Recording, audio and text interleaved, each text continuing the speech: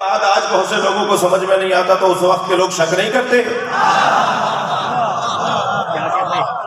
میں شک کا جواز فراہم نہیں کر رہا مگر کتنا مشکل ہے.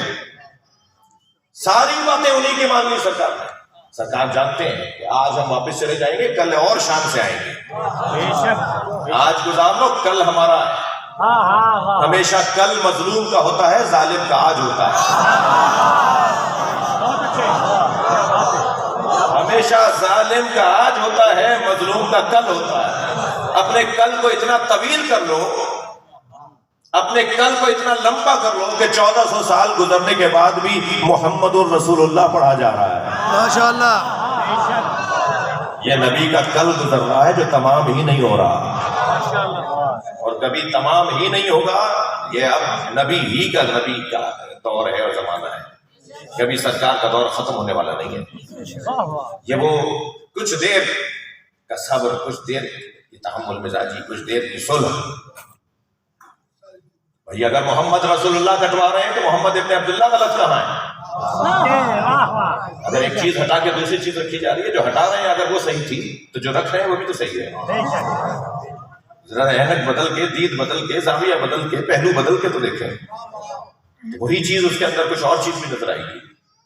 جی ہمارا آدمی مسلمانوں کا اگر مشرکوں کے پاس چلا گیا تو یہ واپس نہیں کریں گے. علی جو ہمیں چھوڑ کر چلا گیا اسے واپس لینے کی ضرورت کیا ہے؟ بے شک. جیو بابا, جیو جیو جیو, جو گیا سو گیا. اور جب ان کا آدمی ہمارے پاس آئے گا تو ہم واپس کریں گے. مسلمان بنا کے لوٹانا تو ہمارا ہنر ہے. ان کا آدمی ہمارے پاس آئے گا, اس کی اصلاح ہم کریں گے, اسے مسلمان ہم بنائیں گے اور پھر اسے واپس کریں گے. پھر وہ ہمارا کام کرے گا جا کے. یہ جو صبر ہے, برداشت ہے, تحمل مزاجی ہے, جو اس وقت نہیں ہمیشہ سے امت کی ضرورت رہی ہے. ہر دور میں امت کی ضرورت ہے صبر, برداشت, تحمل مزاجی. ساری دنیا کے سنی مل کے شیعوں کو ختم نہیں کر سکتے. بے شک. ساری دنیا کے شیعہ مل کے سنیوں کو ختم نہیں کر سکتے. تو جو کام ہو نہیں سکتا اس کی کوششیں کون کرتا ہے؟ کیوں کی جاتی ہے اس کی کوششیں؟ آپ انہیں برداشت کریں, وہ آپ کو برداشت کریں. اور جب برداشت کی بنا کے ساتھ چلیں گے تو پھر حسنی کچھ اور ہوگا. اور ہم تو ویسے بھی بر صغیر کے اندر اس خطے کے جو ساخت ہے, اس خطے کی جو ساخت ہے اس کا حسنی کچھ اور ہے. ہمارے تو گھر گھر میں تمام فرقے ہیں, گلی کوچوں محلوں میں نہیں. ہمارے تو گھر گھر میں فرقے ہیں. ایک ہی گھر میں چھوٹا بھائی بریلوی ہے تو بڑا دیوبندی ہے, اور اماں زیادہ تر شیعہ نکلتی ہے.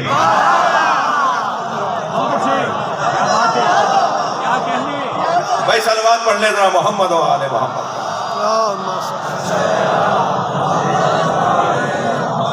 یہ حسن ہے ہمارے اس خطے کا, اسی حسن کو محفوظ رکھنے کی ضرورت ہے. جی میں اس موضوع پر بہت ساری مثالیں اور مشاہدے رکھتا ہوں مگر میرا مضمون یہ نہیں ہے. اس لیے آپ کی ایک صلوات اور پڑھ لیں نبی کی. اللہم صلی علی محمد و آل محمد. ہارٹ پرابلم ہے؟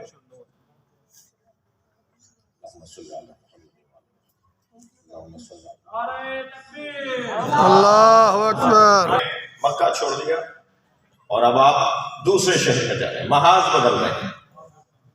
اور پھر جب مدینہ منورہ پہنچے ہیں تو وہاں ایک شہر بسایا ہے. وہ شہر اینٹوں اور گاروں اور دیواروں کا نہیں تھا, وہ شہر تہذیب اور اقدار کا تھا, وہ شہر اخلاقیات کا تھا, وہ شہر کردار کا تھا, وہ شہر اہل بیت کی عظمت کا بیان تھا, وہ صحابہ کرام کی خدمات کا شہر تھا. اس کا حسن ہی کچھ اور تھا. وہ مدینہ, کیا حسن ہے اس لفظ میں, کیا ٹھنڈک ہے اس لفظ میں. جب ہم مدینہ کہتے ہیں تو ایسا لگتا ہے جیسے ہمارے اوپر کوئی چاند چمک رہا. وہ پھر ایک حسن بنا, وہ پھر ایک انداز تاریخ نے لکھا. تو سرکار یہاں سے جب وہاں جا رہے ہیں تو یہ آپ کی معراج ہے. اور معراج کس چیز کی ہے؟ ابدیت. سبحان الذی اسری بعبدہ بابرکت ہے وہ ذات جو اپنے عبد کو لے گئی، سیر کروا رہی ہے اپنے عبد کو، عبد کو سیر کرا رہی ہے، رسول نہیں، یعنی رسول کے رشتے سے نہیں، عبد کے رشتے سے، یعنی عبدیت کی معراج کو معراج کہا جاتا ہے، سرکار کو معراج کو لے جایا جا رہا ہے۔ اچھا یہاں ایک جملہ اور ہدیہ کر دوں، کسی عبد کے لیے یہ کتنا بڑا مقام ہے کہ اس کا معبود اس کی وجہ سے پہچانا جائے۔ جیو بڑی بڑی عنایت، آپ کی توجہات میرے ساتھ ہیں۔ مجھے گجرانوالہ میں پڑھ کر لطف آ رہا ہے، یہ مجلسی شہر ہے، فضائل مصائب اور اہل بیت کی عظمت، سرکار کے فضائل سننے والا شہر ہے۔ جی جب گئے ہیں نا تو اس کیفیت میں گئے ہیں کہ جو عبدیت کا عنوان ہے، اور اللہ بھی اپنی تعریف کر رہا ہے، بابرکت ہے وہ، جا رہے ہیں معراج میں نبی، بابرکت ہے اللہ، سرکار معراج پہ جا رہا ہے، بابرکت اللہ ہے، یا اللہ اپنی تعریف کر رہا ہے نبی کی وجہ سے، بہت بڑا مقام ہے۔ کہاں لے گئے؟ معراج پر۔ کیوں لے گئے؟ کسے لے گئے؟ اپنے عبد کو۔ کیوں لے گئے؟ آیات دکھانے کے لیے، لِنُرِیَہُ مِنْ آیَاتِنَا، تاکہ ہم اسے اپنی آیات دکھائیں، آیات دکھانے کے لیے لے کے گئے۔ کسے لے کے گئے؟ عبد کو لے کے گئے۔ کہاں لے کر گئے؟ معراج۔ کہاں ہوئی ہے معراج؟ آسمان کہاں ہے؟ اوپر اگر کہیں تو آپ نے اللہ کو سمت میں محدود کر دیا،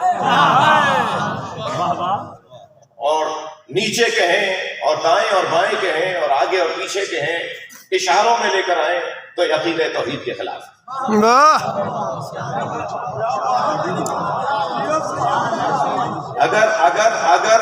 اگر ہم کہیں کہ اوپر لے گیا تو یہاں اوپر سے مراد اگر مادی جہت ہے تو یہ توحید کے خلاف ہے، بے شک، اور اگر اوپر سے مراد مانوی جہت ہے جی تو پھر اس میں سمت کوئی نہیں ہے۔ واہ آسمان کو آسمان کہنے کے دو سبب ہیں، علمی لوگ بیٹھے ہوئے، آسمان کو آسمان کہنے کے دو سبب ہیں۔ ایک سبب تو یہ ہے کہ زمین سے اوپر نظر آتا ہے،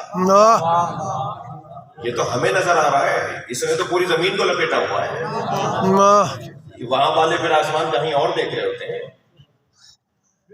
کیونکہ زمین والوں کو اوپر نظر آ رہا ہے تو ہم کہہ رہے ہیں آسمان، سمو، بلندی۔ اور ایک مرتبہ آسمان سے مراد مادی بلندی نہیں ہے بلکہ بلندی ہے، جسے قرآن میں لفظ بدل کے لفظ رفع کے ذریعے سے بھی یاد کیا گیا، فی بیوت اذن اللہ ان ترفع، اللہ کا حکم ہے کہ ان گھروں کو بلند کرو، ان گھروں کو بلند کرو۔ یہاں ترفع سورہ مبارکہ نور کی آیت ہے، ان گھروں کو بلند کرو، فی بیوت اذن اللہ ان ترفع ویذکر فیہا اسمہ ویسبح لہ فیہا بالغدو والآصال۔ حکم الہی یہ ہے کہ ان گھروں کو بلند کرو جن گھروں میں صبح شام اللہ کا ذکر ہوتا ہے، جن گھروں میں اللہ کی تسبیح ہوتی ہے، ان گھروں کو بلند کرو۔ تو بلند کرنے سے مراد یہاں مادی بلندی بھی ہے اور مانوی بلندی بھی ہے۔ بے شک، یعنی مادی بلندی یعنی عمارت بناؤ، اس گھر کو بناؤ، اس گھر کو سجاؤ، اس گھر کی دیواریں اونچی کرو، اس کی چھت اونچی کرو، اس کا دروازہ بڑے شان سے ہونا چاہیے، وہ گھر بنا ہوا ہو، سجا ہوا ہو، یہ مادی بلندی ہے۔ اور ایک مرتبہ مادی بلندی میں مراد نہیں ہے بلکہ مانوی، اس کی تعظیم کرو، یعنی اس کو تعمیر کرو، یہ مادی بلندی، اس کی تعظیم کرو، یہ مانوی بلندی۔ اپنے گھروں سے زیادہ معتبر اس گھر کو مانو، یہ مانوی بلندی ہے۔ اپنے گھر سے زیادہ اچھا گھر وہ بناؤ، یہ مادی بلندی ہے۔ قرآن میں اس لفظ کے ساتھ جب یہ لفظ کہا گیا ہے تو دونوں مراد ہیں، توجہ ہے، دونوں مراد ہیں۔ یعنی کوئی گھر ایسا ہے، کچھ گھر ایسے ہیں فی بیوتن ہے، فی مساجد نہیں ہے۔ اگر اللہ نے لفظ مساجد کہا ہوتا نا تو صرف ذہن جاتا مسجد کا لفظ، یہاں بیت کا لفظ ہے۔ یعنی کچھ گھر ایسے بھی ہیں جہاں مسجدوں کے برابر اللہ کا ذکر ہوتا ہے۔ مسجدوں کا کام یہ ہے کہ اللہ کا ذکر، تسبیح اللہ کی صبح شام ہو، مگر کچھ گھر بھی ہیں کہ جہاں اللہ کا ذکر صبح شام ہوتا ہے اور اس کے ذکر کے علاوہ کوئی بات نہیں ہوتی۔ گھر ہیں وہ مسجد نہیں ہے۔ بے شک بھائی مجھ سے اگر کوئی پوچھے کہ مسجد بنانے کا تو قرآن میں حکم ہے، امام بارگاہ بنانے کا حکم کہاں ہے؟ جیو تو میں یہی آیت پڑھ کے سناؤں گا۔ جن گھروں میں صبح شام اللہ کا ذکر ہو اور اللہ کی تسبیح ہو، وہ گھر اور ہے، مسجد اور ہے۔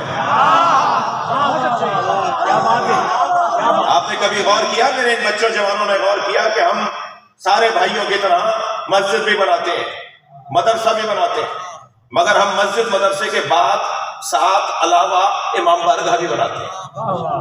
جیو پیسے زیادہ ہیں کہ شیعوں کے پاس؟ پوری دنیا میں ایسے ہی، پوری دنیا کے شیعوں کے پاس پیسے زیادہ ہیں۔ جب مسجد بنا لی، وہاں بھی محراب ہے، وہاں بھی ممبر ہے، وہاں بھی مائک ہے، وہاں بھی بیٹھنے کی جگہ ہے، مسجد میں آپ مجلس کیوں نہیں کرتے؟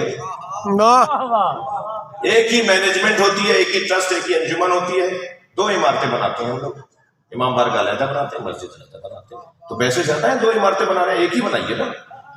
کیوں دو عمارتیں بناتے ہیں؟ کل اگر ہندوؤں نے، یہودیوں نے اللہ سے شکایت کی کہ یا اللہ ہم مسجد گئے تھے دین سمجھنے کے لیے، مسلمان مسجد میں آنے نہیں دیتا تھا، واہ جیو جیو جیو کوئی جواب نہیں دے سکے گا، آپ جواب دیں گے یا اللہ ہم نے مسجد کے برابر میں امام بارگاہ بنایا ہے، اس لیے تھا یہ حسین کا خیمہ ہے، ہر آنے والے حر کے لیے کھلا رہنا چاہیے۔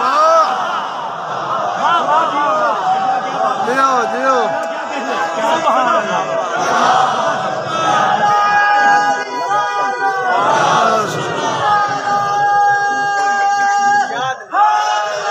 لord ماشاء اللہ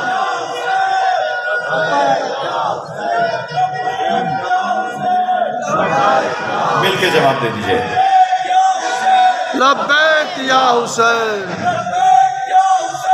لبیک یا حسین لبیک یا حسین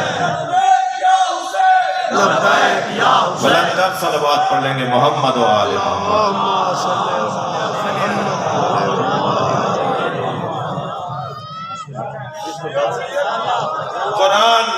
قرآن ہندو کو آپ دے نہیں سکتے، مسجد میں یہودی آ نہیں سکتا، یہ بیچارہ ہدایت لینے کہاں جائے؟ جی واہ کیا بات، اس کے لیے کوئی جگہ تو بناؤ۔ اب یہ کام میرا اور آپ کا ہے جو امام بارگاہ والے لوگ ہیں۔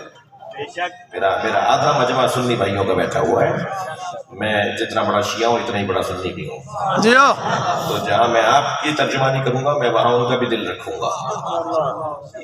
تو یہ اب امام بارگاہ والوں کا کام ہے کہ اس انداز سے امام بارگاہ کا نظام چلائیں جو سب کے لیے قابل قبول ہو، کم سے کم کسی کو چٹکی بھرنے کا کام نہ ہوتا ہو، بے شک کم سے کم کسی کو کی دل آزاری کا کام نہ ہوتا ہو۔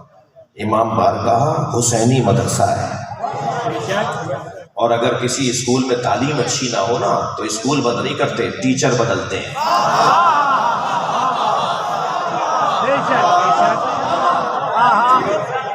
بہتر سے بہتر ٹیچر لانے کی ضرورت ہے، بولنے والا کم سے کم ادب احترام کے ساتھ احساسات اور جذبات کا احساس رکھتے ہوئے تو بات کرے، جوڑنے کی بات تو کرے، قریب لانے کی بات تو کرے۔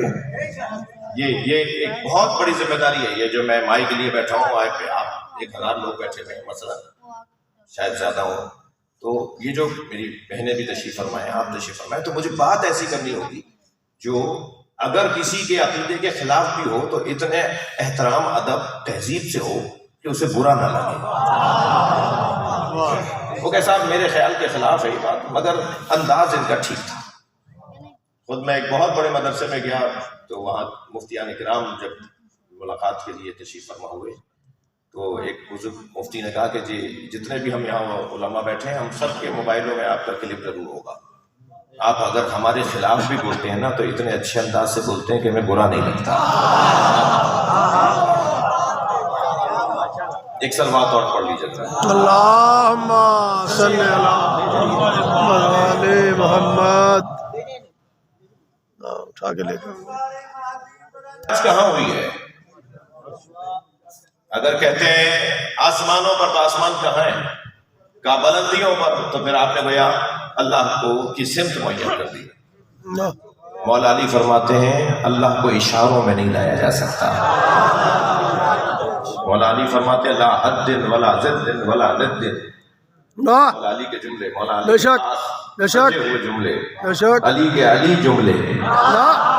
جیو علی کے علاوہ کوئی بول ہی نہیں سکتا ایسا. بہت سارے لوگ بہت ساری باتیں، لیکن علی جیسا بول ہی نہیں سکتا کوئی.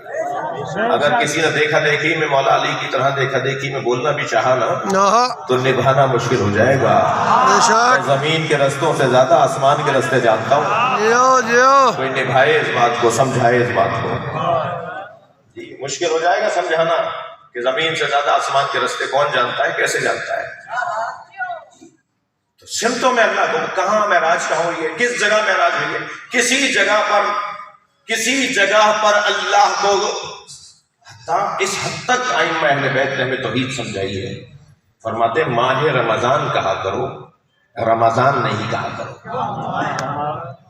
جو ایک مہینہ ہے 12 مہینوں میں ایک مہینہ رمضان نہیں کہا کرو ماہ رمضان. عربی میں شہر رمضان. جی کہو تو یہ کہو کہ جاء شہر رمضان و ذهب شہر رمضان. آیا رمضان کا مہینہ آ گیا، رمضان کا مہینہ چلا گیا. لیکن شہر یا ماہ مہینہ لفظ لگائے بغیر نہیں بولو کہ رمضان آ گیا اور رمضان چلا گیا.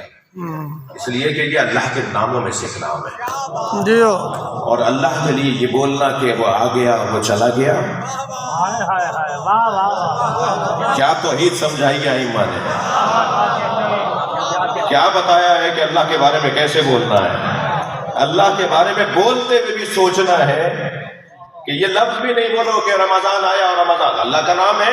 اچھا مولا ہم تو ماہ رمضان سوچے بول رہے تھے، نیت تو ہماری صاف تھی. اچھا مولا کو بھی کوئی پڑھائے گا؟ مولا کو نہیں پتا کہ تمہاری نیت میں ماہ رمضان تھا.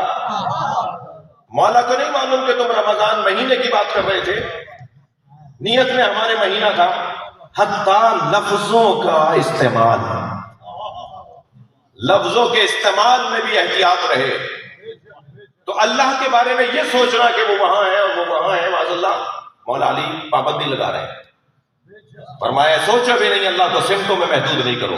تو پھر معراج کہاں ہوئی؟ میرا سوال اگر پکا ہو گیا ہے تو جواب دوں. پھر معراج کہاں ہوئی ہے؟ عزیزان گرامی ذرا میرے بچے جوان ذرا سنبھل کے سنیں گے. معراج ہر اس جگہ کو کہتے ہیں جہاں عبد اور معبود کا فاصلہ مٹ جائے.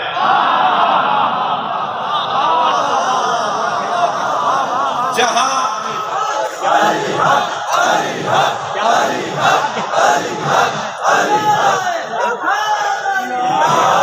بھائی آپ کے توجہات میرے ساتھ ہے، میری محنت ضائع نہ ہو. جہاں عبد اور معبود کا فاصلہ مٹ جائے اس جگہ کو میرا اور آپ کا کام ہی نہیں ہم جگہ تلاش کریں. ہماری حدیں ہی نہیں ہے کہ ہم جگہ تلاش کریں. جس نے قرآن لا لا کے نبی کو سنایا وہ تو خود معراج پہ جا نہیں سکا. وہ نبی کو پڑھانے نہیں آیا تھا، اس لیے کہ وحی کی جو قسمیں ہیں ان میں سے ایک قسم ہے ورائے حجاب سے بات ہونا. جی پردے کی اس جانب سے اللہ جب بات کرے گا تو یہ بھی وحی ہے. تو جبریل یہ والی وحی تو نہیں لائے، بلکہ حدیث کہتی ہے کہ جب سرکار آگے بڑھے تو دیکھا تنہا ہے، مڑ کے دیکھا تو جبریل دور کھڑے تھے. جو سارے رستے ساتھ ساتھ تھے ایک منزل پہ آگے کھڑے رہ گئے. تو مڑ کے دیکھا حضرت فرمایا جبریل آؤ. تو جبریل نے کہا علیہ السلام، جبریل علیہ السلام نے کہا یا رسول اللہ ھذا موقفی الذی خلقنی اللہ. یہ میری جگہ ہے جو اللہ نے بنائی، میری تو یہ جگہ ہے جو اللہ نے بنائی ہے. اگر ایک قدم بھی آگے آؤں گا تو جل جاؤں گا. تھکے نہیں ہے تو جملہ کہہ رہا ہوں، جو اپنی حدوں کو پہچانتا ہے نا وہ علیہ السلام بن جاتا ہے. ہر شخص کو اپنی حدوں کا پتہ ہونا چاہیے. اللہ اکبر.